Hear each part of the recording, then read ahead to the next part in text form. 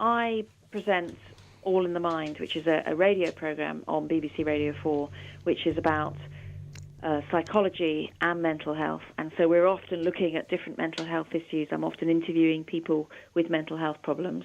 And I lecture in psychology as well.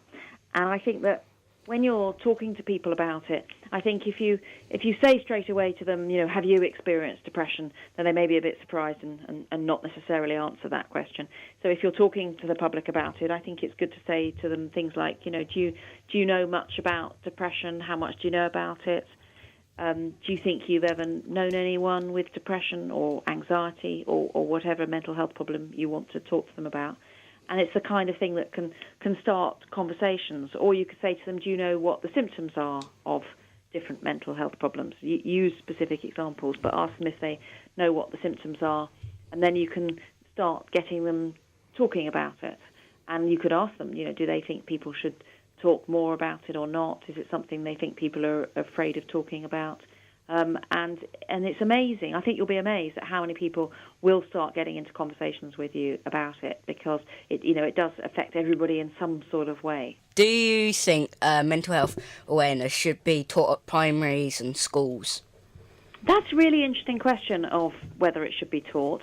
I think it is quite a good idea, although I do feel a little bit sorry for teachers when we endlessly say, this should be taught in school, people should learn about debt and finances in school, and they should learn this and they should learn that, because I do know that the school day is already very busy and teachers have a lot to fit in. But I think it would be a good idea. It needn't necessarily be taught in lessons, perhaps in assemblies and things like that. Then it would be a good topic to discuss so that people know what, say, depression is and how to recognise the symptoms, and most importantly, how to find somebody to talk to about it if you're feeling depressed or anxious yourself. Should you treat someone with mental health issues differently to anyone else?